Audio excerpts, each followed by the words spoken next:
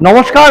এই মুহূর্তে আমার হাতে একটি কাগজ রয়েছে, এটা দেখাচ্ছি, যেখানে কাকলি ঘোষ দস্তিদার এখনো খাতায় কলমে তৃণমূল সাংসদ, যিনি আরেক তৃণমূল সাংসদ কল্যাণ ব্যানার্জির বিরুদ্ধে লোকসভায় অভিযোগ করেছেন। কি অভিযোগ? মারাত্মক একটি অভিযোগ। অভিযোগ করেছেন লোকসভা স্পিকার ওম বিড়লাকে এবং লিখেছেন, ইংলিশে লেখা, এটার বাংলা করলে এটাই দাঁড়ায় যে কল্যাণ ব্যানার্জি দিনের পর দিন সংসদে দাঁড়িয়ে সংসদের মহিলা সাংসদদের বারবার কুরুচিকর মন্তব্য করেছেন, বারবার অপমান করেছেন, তার বিরুদ্ধে কঠোর পদক্ষেপ নিক লোকসভার অধ্যক্ষ ওম বিড়লা। এই মর্মেই চিঠি লিখে জানিয়েছেন লোকসভার অধ্যক্ষকে কাকলি ঘোষ দস্তিদার। দেখুন, কাকলি ঘোষ দস্তিদার এখন হয়তো খুব ভালো সাজছেন, এখন হয়তো কল্যাণ ব্যানার্জির বিরুদ্ধে অভিযোগ আনছেন, এবং কল্যাণ ব্যানার্জির বিরুদ্ধে অভিযোগ আনাটাও খুব অস্বাভাবিক কিছু নয়, কেননা কল্যাণ ব্যানার্জি এই কাজগুলো এর আগেও দেখেছি বারবার বিতর্কিত মন্তব্য করেছেন মহিলাদের বিরুদ্ধে, বারবার বিতর্কিত মন্তব্য করেছেন বিভিন্ন বিষয়ে, কখনো প্রধানমন্ত্রীকে অপমান করেছেন, কখনো উপরাষ্ট্রপতিকে অপমান করেছেন।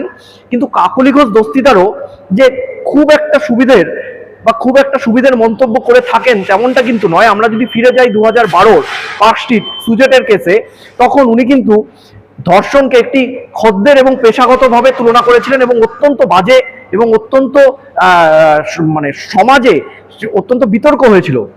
খুব রিসেন্ট আরজি কর অভয়াকাণ্ডে কিন্তু এই কাকলি ঘোষ দস্তিদারি খুব বাজে একটি মন্তব্য করেছিলেন যে মহিলা ডাক্তারদের কোলে বসে নাকি ডাক্তাররা পাশ করিয়ে দেয়।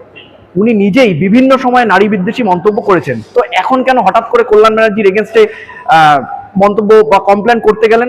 অবশ্যই বলবো, আবারও বলবো, কল্যাণ ব্যানার্জি সবসময় যে ঠিক বা কল্যাণ ব্যানার্জি যে বিতর্কিত নন তা নয়। কল্যাণ ব্যানার্জি যথেষ্ট নারী বিদ্বেষী কথা এর আগেও বলেছেন, এবং হয়তো এটাই তৃণমূলের কালচার, এটাই তৃণমূলের ধর্ম।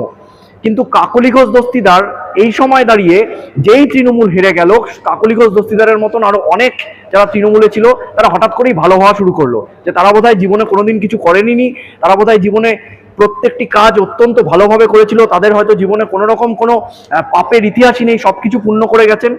তাই আমি বলবো, আমার একটি ভিউজ এটাই, যে এই সব বিষয়ে না দর্শকদের বা এইসব বিষয়ে রাজনীতিবিদদের বেশি মাথা ঘামিয়ে লাভ নেই, কেননা এটা তৃণমূলের অন্তর্কলহ, এটা তৃণমূলে চলবে। এখন তৃণমূল ভাঙার পথে, এমন একটি দল যে দল 15 বছর ক্ষমতায় ছিল, দল ক্ষমতা থেকে চলে গেছে, কোনো আদর্শ নেই, কোনো নীতি নেই, সব নেতারা এখন ভালো হয়ে যাচ্ছে, এখন হঠাৎ করে সবার মুখে ভালো তকমা।